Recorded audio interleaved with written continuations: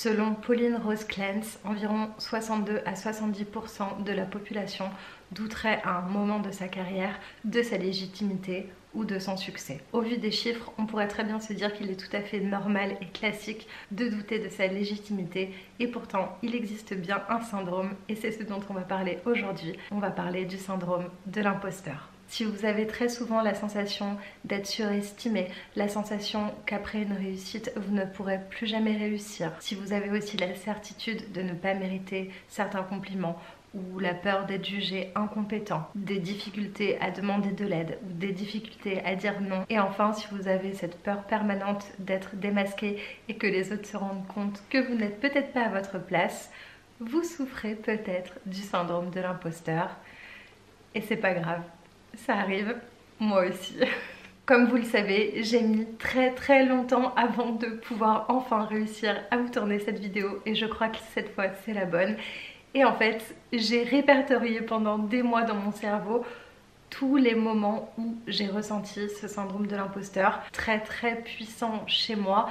Et même dans des petites choses où je me suis dit mais tiens, mais pourquoi j'ai pas fait ça? En fait, je me suis rendu compte que beaucoup de choses étaient liées au fait que je ne me sentais pas à ma place, je ne me sentais pas légitime d'être là. Je me disais mais pourquoi moi, pourquoi pas un autre, c'est totalement ridicule que je sois ici. Et c'est comme ça que je me suis rendu compte que ce syndrome que je pensais avoir un petit peu, en fait, a été présent dans énormément d'événements de ma vie. Je pense que le souvenir le plus lointain que j'ai, c'est quand j'avais 10 ans et que j'ai gagné le premier prix d'un concours de dessin.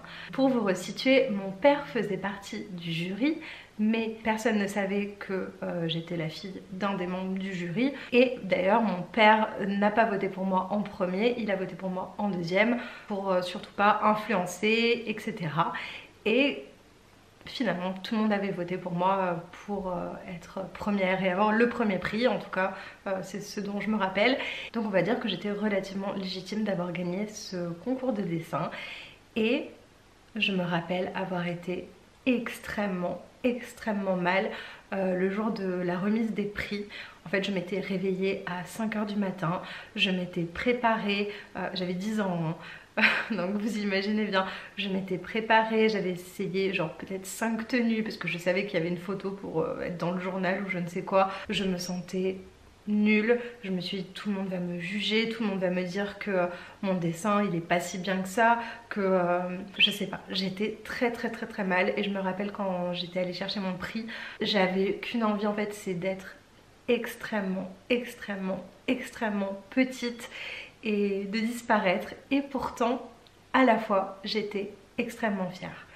Et c'est mon premier souvenir du syndrome de l'imposteur, et je vous jure que depuis 16 ans plus tard du coup, j'ai eu bien d'autres expériences où je me suis sentie très mal et pas du tout à ma place. Et je pense d'ailleurs que c'était un des événements pas si traumatisants, en tout cas dans mes souvenirs, comparé peut-être à d'autres événements. Donc voilà, c'était ma première petite anecdote du syndrome de l'imposteur, mais je vais quand même un petit peu vous détailler ce que c'est avant de vous raconter toute ma vie.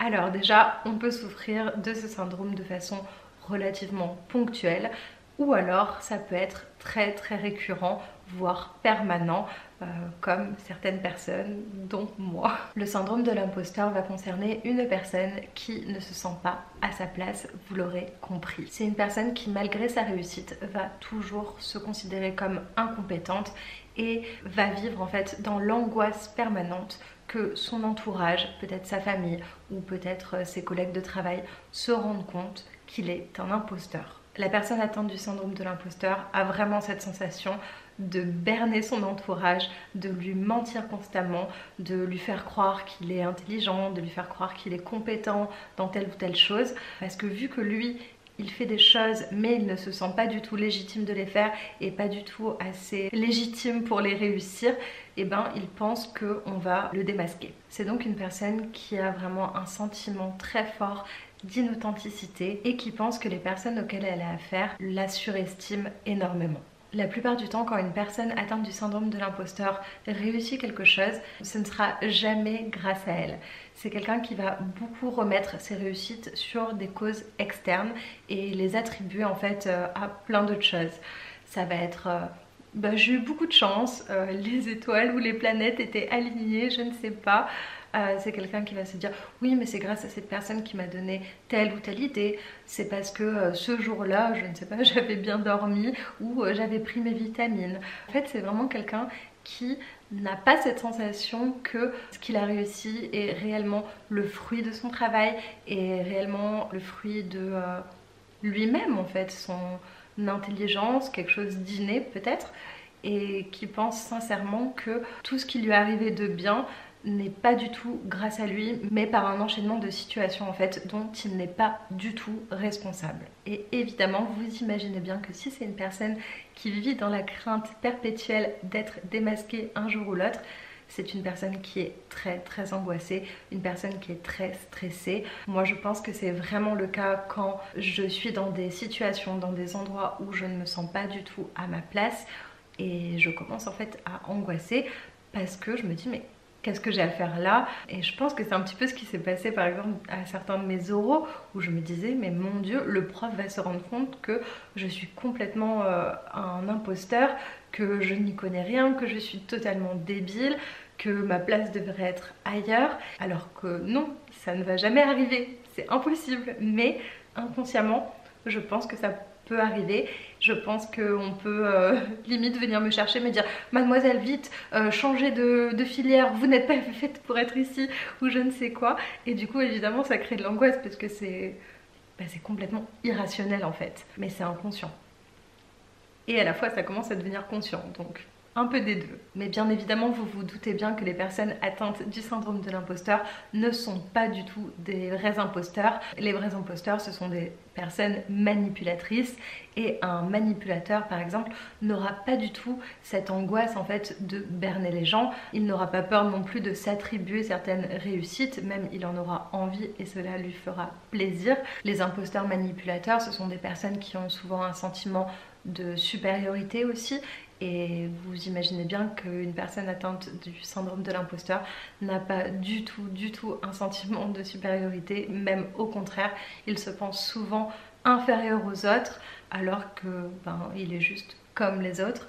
Donc vous commencez à comprendre que si cette personne depuis des années vit dans la crainte d'être démasquée, que cette personne a toujours l'impression de berner son entourage, elle va commencer à développer des techniques en fait pour qu'inconsciemment jamais on ne la démasque.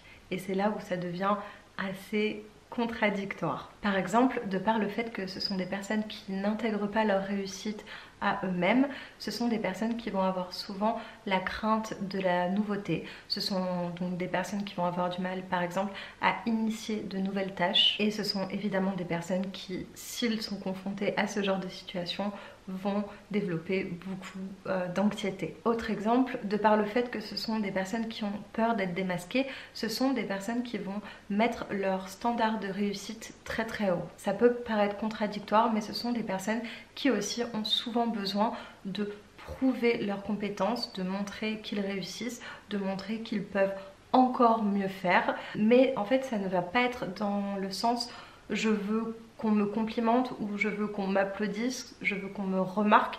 C'est plutôt dans le sens où ça va leur permettre à eux-mêmes de se rassurer et de se dire ok, j'ai réussi ça, on ne va pas me démasquer. Maintenant que j'ai atteint tel ou tel palier de ce que je m'étais fixé dans ma tête, on ne pourra pas me dire que je ne suis pas à la hauteur et que je n'ai pas ma place. En fait, c'est plutôt dans ce but-là et pas forcément pour avoir un tas d'éloges. Donc en général, ce sont aussi des personnes qui ont besoin de montrer qu'elles sont intelligentes. C'est des personnes qui vont faire passer aussi l'intelligence souvent en premier plan. Là, je me retrouve quand même beaucoup là-dessus. Pendant des années, ça m'énervait profondément qu'on me dise que j'étais jolie, mais vraiment, je n'acceptais aucun compliment de ce style-là. Par contre, si on me disait que j'étais intéressante, qu'on me disait que j'étais intelligente, ça allait, tout allait bien. Non, mais vraiment n'importe quoi. Et donc du coup, ce sont aussi des personnes qui ont besoin de l'approbation des autres. Ce sont des personnes qui ont une faible estime d'eux-mêmes. Donc avoir l'approbation des autres, c'est pouvoir redorer intérieurement son image. Enfin, je sais pas si vous voyez ce que je veux dire. Donc c'est très important pour eux d'être bien vu. Et enfin, ce sont des personnes qui vont avoir très peur de l'évaluation, voire même de la compétition, car vu qu'elles se pensent moins bien que les autres, elles vont avoir très peur de faire moins bien que les autres. Autant faire quelque chose de personnel qui n'est pas comparable, on va dire, avec d'autres personnes, ça leur va, mais rentrer en compétition, ça peut être extrêmement angoissant pour eux. Alors la question qu'on pourrait se poser, c'est à quel moment de la vie le syndrome de l'imposteur a-t-il le plus de chances de se manifester? En fait, ça va arriver souvent dans des situations où l'anxiété et le désir de prouver ses capacités ou ses compétences va être beaucoup plus élevé que d'habitude. Logiquement, ça va arriver souvent à l'adolescence. Cela peut également arriver au niveau de l'accès des études supérieures ou l'accès à un premier poste ou à un poste plus élevé par exemple. Ça peut aussi arriver quand la personne évolue socialement. Alors c'est assez flou, mais ça peut être voilà, quelqu'un qui est promu, je sais pas, directeur, ou ça peut être par exemple juste en fait rentre au lycée alors que toute sa famille n'a jamais été plus loin que le brevet par exemple. Et aussi cela peut arriver dans la vie moins professionnelle mais beaucoup plus familiale. Ça peut arriver aussi quand l'on devient mère ou père, parce que le désir de montrer que l'on peut être un bon père ou une bonne mère est très fort. Donc voilà, ce sont un petit peu toutes les grandes situations de la vie où le syndrome de l'imposteur a le plus de chances de se manifester ou de risques, mais il peut en exister plein d'autres. Par exemple, je sais que j'avais eu un très gros syndrome de l'imposteur en première. J'avais été élue au CAVL, le conseil académique de la vie lycéenne, et je me rappelle que la CPE m'avait invitée dans son bureau et je me dis oh là là là là, je vais me faire fâcher, qu'est-ce que j'ai encore fait, elle a capté que je me faisais toute seule mes mots pour rater l'espagnol, je sais pas. Et en fait c'était pour me dire que j'avais été élue du coup, je crois que je faisais partie des 3 personnes élues dans ma région, et en fait je lui ai demandé d'appeler le centre pour vérifier que c'était bien moi parce que je pensais qu'il y avait une erreur. Et elle a rigolé et elle m'a dit mais non, mais il n'y a pas d'erreur, genre c'est officiel, enfin, voilà, personne ne se trompe là-dessus. Et je lui ai dit mais c'est pas possible madame, genre vous êtes sûre que les gens ont vraiment voté pour moi, enfin ça n'a aucun sens. Je lui ai vraiment dit ça, genre ça n'a aucun sens. Et après j'en faisais des cauchemars, peut-être pendant une semaine je me disais oh, mais qu'est-ce que je vais faire avec tous ces gens, moi je vais devoir rencontrer le recteur, mais je vais jamais y arriver, mais voilà, mais je pourrais vous en raconter tellement des anecdotes comme ça, c'est abusé.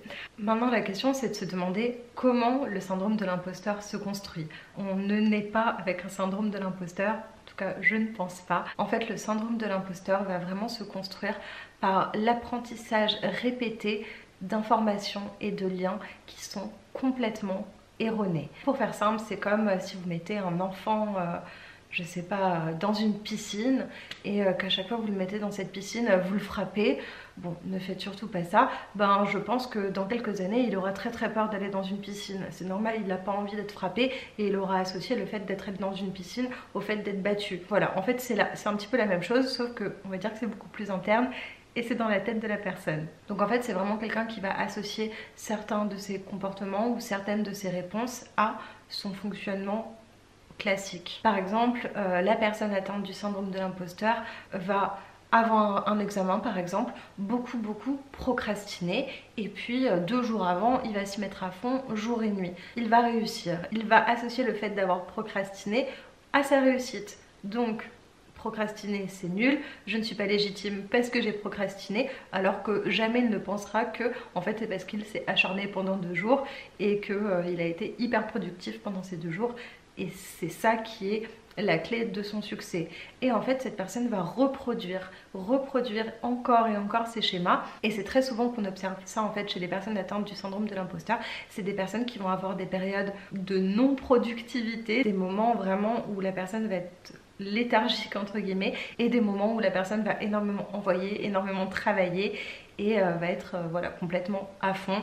Et il y a vraiment ces deux côtés de la personnalité. On pourrait limite penser que ce sont des personnes complètement lunatiques, mais pas forcément. En fait c'est juste qu'ils pensent que c'est ainsi qu'ils réussiront mieux et qu'ils ne se feront encore une fois pas démasquer. Alors vous imaginez bien qu'il n'y a pas que l'association de liens erronés dans la vie qui fait que la personne développe un syndrome de l'imposteur. Il ne faut pas oublier que l'entourage de l'individu va énormément jouer sur son développement comme toujours, et que la famille ou l'entourage peut grandement jouer dans la construction, on va dire, d'un syndrome de l'imposteur, même si ce n'est pas forcément voulu. Il y a plusieurs situations dans lesquelles le syndrome de l'imposteur a plus de chances de se développer. C'est par exemple quand l'image de soi véhiculée par la famille est complètement différente de l'image de soi véhiculée par la société. Par exemple, cela peut être quand les parents trouvent que leur enfant est très intelligent, etc., mais que les professeurs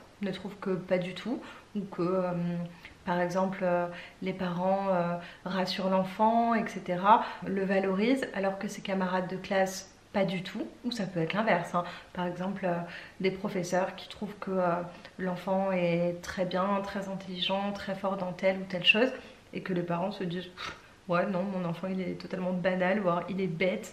Bon, ça peut paraître fou, mais je vous jure qu'il y a des parents qui dévalorisent leur enfant et les rabaissent énormément, ce qui peut être très dangereux. Bon bref, je vais pas rentrer dans ces détails, mais bon, vous m'avez compris. Et aussi ça peut arriver s'il y a un grand décalage entre ce que pense un des parents et l'autre parent. En fait, tout simplement, c'est quand il va y avoir un décalage important entre l'image que la personne a de nous, entre deux personnes qui en général comptent pour nous. Ce qui peut aussi beaucoup développer le syndrome de l'imposteur, c'est le fait que l'intelligence soit beaucoup trop valorisée, plus que toute autre qualité. Alors, l'intelligence, on s'entend, je pense que beaucoup de parents et de professeurs mettent beaucoup trop l'accent sur les réussites scolaires, les bonnes notes, etc., qui pour moi n'est pas spécialement corrélée à l'intelligence. Mais bon, encore une fois, c'est un autre débat. Mais voilà, le fait d'apporter énormément d'importance à ce genre de choses, comparé par exemple à des activités plus artistiques ou plus sportives, ça peut grandement créer un syndrome de l'imposteur chez un enfant. Dans tous les cas, je vous renvoie à ma vidéo sur l'apprentissage de l'imperfection, où j'en parle un petit peu, donc voilà, je vous la mets juste ici. Dans les grandes lignes, pourquoi la valorisation de l'intelligence peut être assez dangereuse, entre guillemets, c'est parce que tout simplement ça oblige inconsciemment l'enfant à avoir énormément d'ambition. Donc c'est un enfant qu'on oblige, entre guillemets, à viser à tout prix la réussite. Donc évidemment, ça pourrait faire qu'un enfant aura des réactions très virulentes face à l'échec, ou tout simplement, s'il échoue, avoir un sentiment très honteux ou se sentir extrêmement humilié, parce que pour lui, il n'a pas le droit d'échouer, il n'a pas le droit de ne pas réussir. Ça voulait dire la même chose. Et en fait, il faut aussi se rendre compte que si une personne atteinte du syndrome de l'imposteur échoue, cela va renforcer aussi potentiellement son syndrome de l'imposteur, parce qu'il se dira je suis l'échec, donc je suis bien un imposteur, je suis une imposture, et c'est un cercle sans fin en fait. Quelles sont les autres situations où un enfant pourrait développer un syndrome de l'imposteur? C'est par exemple quand un enfant a des caractéristiques, des compétences qui sont plus atypiques ou un petit peu plus différentes que la plupart des gens, et qui ne sont pas du tout valorisées par l'entourage proche. Donc par exemple, je sais pas, c'est quelqu'un qui va être extrêmement sportif, et les parents par exemple s'en fichent complètement du sport. Eux ils aiment bouffer au McDo, mais tout ce qui les intéresse c'est que leur enfant ait des bonnes notes. Ça pourrait être un exemple. Ou même à l'inverse, par exemple c'est une famille je sais pas, d'artistes, et cette personne veut absolument faire je sais pas, de la physique chimie. En fait c'est toujours la même chose, c'est s'il y a un gros décalage. Et enfin, l'absence d'un renforcement positif ou négatif de la part de l'entourage pourrait créer un syndrome de l'imposteur. Donc c'est tout simplement si l'on est trop passif vis-à-vis de ce que fait l'enfant. Je dis souvent enfant, mais ça peut être adolescent ou jeune adulte, hein, je pense que vous m'avez compris. Donc voilà. Mais parce qu'il y a toujours un mais, ce n'est pas parce que l'entourage peut jouer un rôle qu'il n'y a pas, on va dire, des traits de caractère. Une personne qui va avoir un comportement un peu plus détaché, peut-être quelqu'un un peu plus introverti, aura plus de chances de développer un syndrome de l'imposteur. Et en général, ce sont des personnes qui vont plus rechercher l'intimité ou la solitude. Ce seront des personnes en général plus méfiantes, Ce seront des personnes aussi qui seront très acharnées dans leur travail et aussi ce seront peut-être des personnes qui auront une petite tendance à la dépendance. Vous comprenez bien maintenant qu'avec tout ce que je viens de vous expliquer, il va y avoir de gros impacts psychologiques sur la personne atteinte du syndrome de l'imposteur. Tout d'abord, comme on l'a vu, ce sont des personnes qui vont ressentir le besoin de fournir un travail très acharné. Et quand bien même ce travail donnerait lieu à d'excellentes performances ou tout simplement qu'il aurait de bons retours, la personne aura un sentiment de réussite qui va être très vague ou qui ne va vraiment pas durer longtemps, tout simplement car cette impression de succès aura été fait avec un travail complètement intensif et il se dira que ben oui évidemment j'ai fourni un travail complètement excessif et acharné, donc je ne mérite pas tous ces compliments, je ne mérite pas ce succès. Donc en fait cette personne va penser que elle est complètement instable, que son succès n'est pas du tout mérité et donc il aura toujours, encore et encore, cette croyance qu'il peut toujours échouer et à n'importe quel moment. Cette personne aura aussi souvent l'impression d'être fausse, tout simplement parce que les opinions ou les flatteries des personnes qu'elle rencontre ne sont pas du tout ce que pense la personne atteinte du syndrome de l'imposteur d'elle-même. Donc évidemment, il va y avoir une grosse distorsion entre ce que la personne pense d'elle et ce qu'on lui renvoie. Les personnes atteintes du syndrome de l'imposteur sont aussi des personnes qui peuvent souvent user de beaucoup de charme ou beaucoup, on va dire, d'humour ou de petits stratagèmes, peut-être aussi tout ce qui est la beauté ou la sexualité pour obtenir certaines choses ou pour obtenir, je ne sais pas, un poste ou je ne sais quoi, tout simplement parce qu'ils ne se sentent pas à la hauteur et pas légitimes de demander quelque chose pour ce qu'ils valent réellement, intérieurement, profondément. C'est quelque chose que j'ai souvent malheureusement expérimenté pendant assez longtemps où je me disais que si j'avais affaire à un homme, ce serait beaucoup plus simple pour moi d'obtenir ce que je voulais, tout simplement parce que je me disais que je pouvais essayer de le charmer. Ça fait un peu du mal de l'avouer et de le dire, mais c'est la vérité. C'est vraiment ce que j'ai fait pendant des années. Je pensais sincèrement que si je ne charmais pas certaines personnes, je n'obtiendrais pas spécialement ce que je voulais. Alors aujourd'hui je suis une grande féministe et une femme forte et indépendante, mais ça n'a pas toujours été le cas, vraiment. Enfin bref. Sinon, les personnes atteintes du syndrome de l'imposteur sont aussi souvent des personnes qui ont tendance à montrer une image moindre d'elles, donc peut-être de montrer une moindre intelligence ou moins de compétences. Et en fait, ça s'explique aussi de par le fait que la personne inconsciemment se dit ben si je me rabaisse et si j'ai l'air moins compétent, si j'échoue par malheur, au moins on se dira que c'était logique et que c'était normal et que du coup c'est acceptable. Je ne sais pas si vous voyez ce que je veux dire. Et enfin, les personnes atteintes du syndrome de l'imposteur sont aussi des personnes qui persévèrent énormément, parce que tout simplement, le fait d'abandonner serait vu comme une preuve d'imposture, encore une fois. Ce sont aussi des personnes qui vont développer des attitudes hyper compétitives envers les autres, mais qui vont aussi avoir très peur de rentrer en compétition. Ce sont des personnes qui en général sont bien moins coopératives avec les autres que la plupart des gens, et aussi ce sont des personnes qui vont établir de réelles craintes à créer ou établir des liens avec d'autres personnes. Ce genre de comportement rend en général ces personnes-là peu communicatives et souvent très méfiantes. Une des grandes stratégies de la personne atteinte du syndrome de l'imposteur, c'est l'autodépréciation. C'est une personne qui va mettre beaucoup en avant ses difficultés, et comme je vous le disais tout à l'heure, ça va vraiment être pour minimiser l'impact d'un potentiel échec ou d'un mauvais résultat ou d'une mauvaise performance. Ça va être très typique chez la personne atteinte du syndrome de l'imposteur. Je pense que je vous ai décrit dans les grandes lignes, et à la fois je pense avoir donné quelques bons exemples pour vous décrire la personne atteinte du syndrome de l'imposteur. Je serais très curieuse de savoir si vous avez une petite anecdote pour me raconter une des fois où vous avez eu cette sensation de ne pas être à votre place et que vous avez peut-être expérimenté ce syndrome de l'imposteur. En tout cas, je me ferai un plaisir de vous lire. Pour finir, la question c'est comment aller mieux? Parce que je ne peux pas vous dire tout ça sans vous donner aucune information pour essayer de s'en sortir, et à la fois, encore une fois, c'est pas mon rôle. Moi, j'informe, mais je suis pas là pour soigner ou traiter. Mais bon, bref.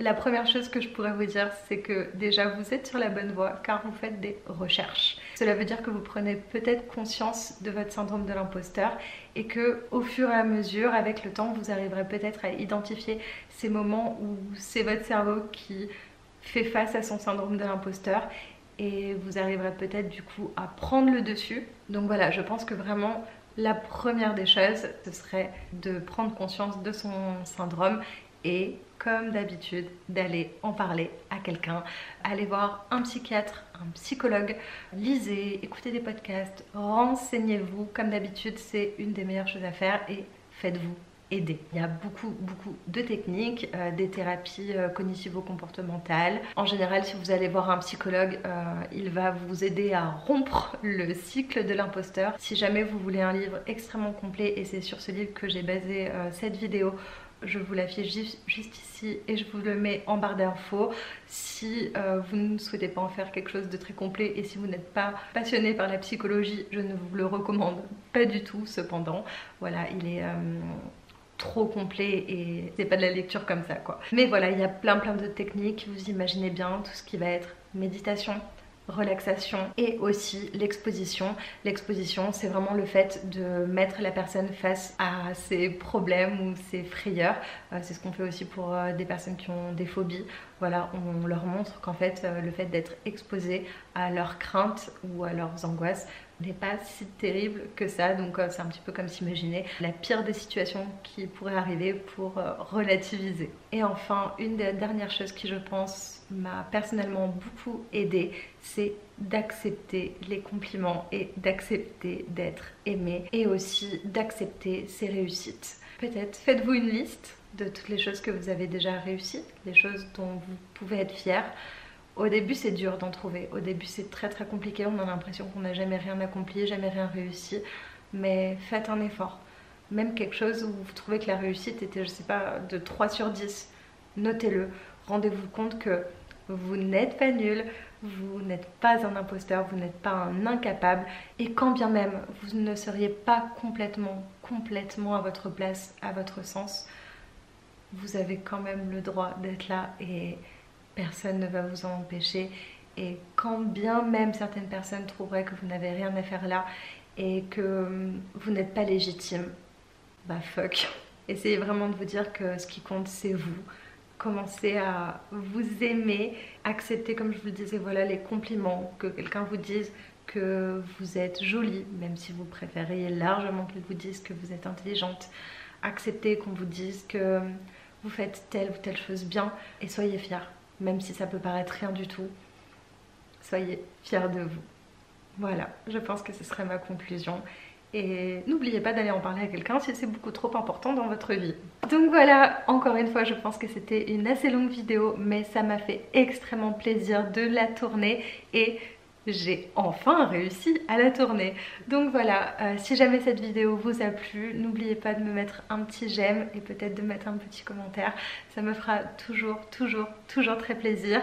Donc voilà, en tout cas j'espère que cette vidéo vous aura plu.